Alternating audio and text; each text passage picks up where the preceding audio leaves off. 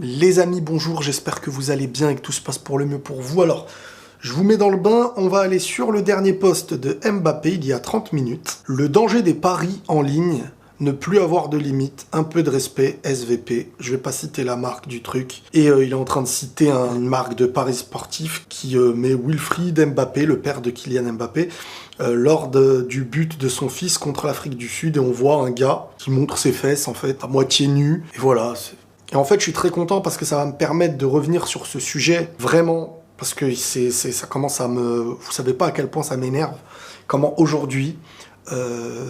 sur Twitter, par exemple, les marques de paris sportifs, ce fléau, j'ai envie de dire, ce danger pour les jeunes, pour la jeunesse, etc. Pas que pour les jeunes, mais j'ai envie de dire, un adulte qui de lui-même décide de faire ce qu'il a envie, il n'y a aucun problème. Sauf que là, maintenant, ils veulent s'attaquer à autre chose, hein. Forcément, ça veut faire de l'argent, ça veut générer beaucoup d'argent. C'est très vicieux, il y a des témoignages, renseignez-vous.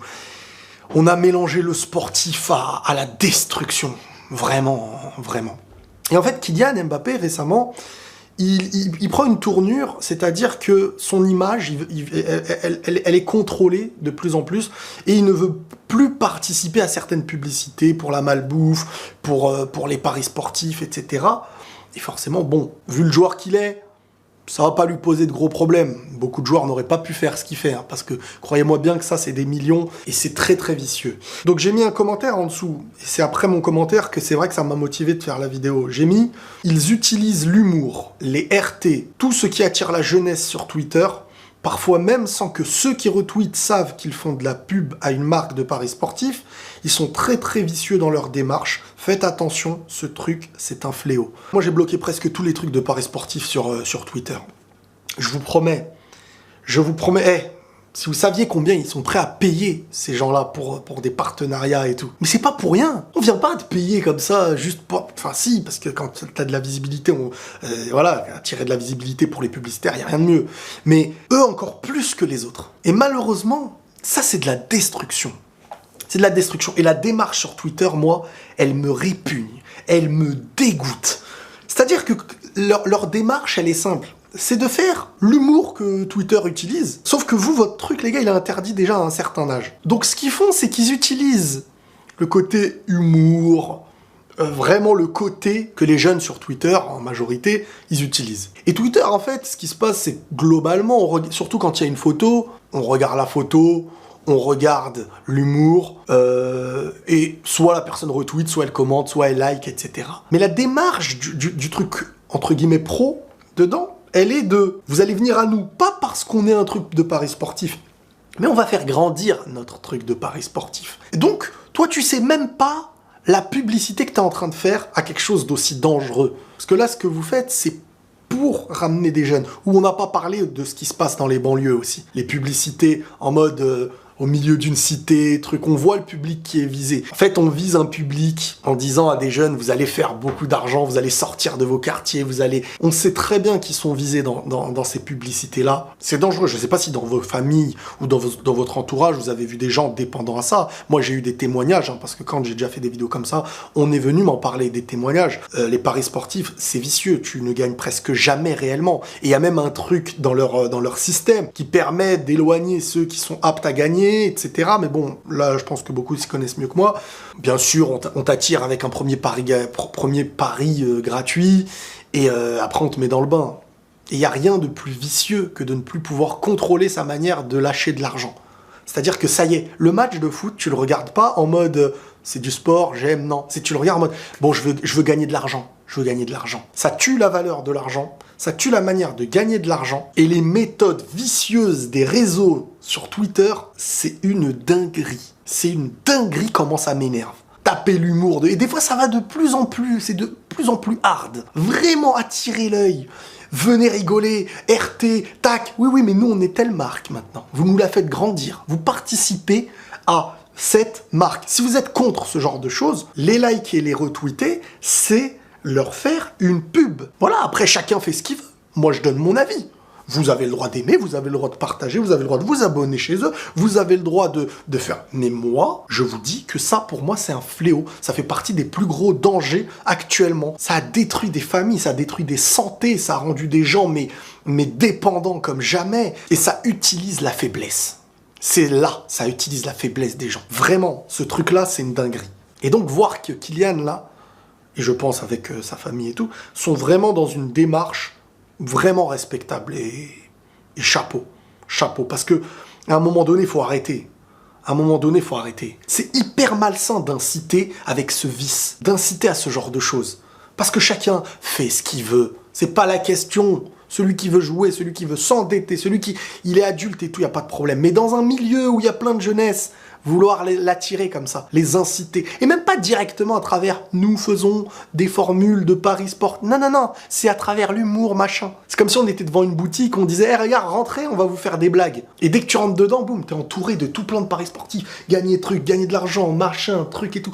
À chaque publicité de match de foot, il y a des pubs de sport, paris sportifs. Dans les grands événements, il y a les commentateurs qui parlent de la cote, de tel truc. On est dans un monde qui pervertit à tous les niveaux. Si tu te protèges pas, tes enfants, ils sont à la rue. Ils sont à la rue. Et ce truc-là, on se rend pas compte à quel point on fait la promotion, je veux pas dire de la mort, mais d'une certaine mort, de la conscience de ton argent, de ta manière à gagner de l'argent, la valeur de ton argent. Ça y est, c'est comme ça, c'est tu jettes, tu prends, tac, tu jettes, j'ai perdu 200 euros, j'ai perdu 200 euros, purée, 150 euros, c'est 1000 francs je parle pour les anciens, 1000 francs que tu jettes comme ça. En plus, maintenant, la valeur de l'argent, elle n'est plus au toucher, l'argent liquide disparaît, ce qui fait que maintenant, on fait encore un peu plus ce qu'on veut, tu mesures pas le poids de ce que tu jettes, c'est virtuel et tu crois que ça n'a pas le même poids, et donc tu les jettes pas là, 200 euros je les mets, allez vas-y, je vais gagner peut-être, bon j'ai perdu.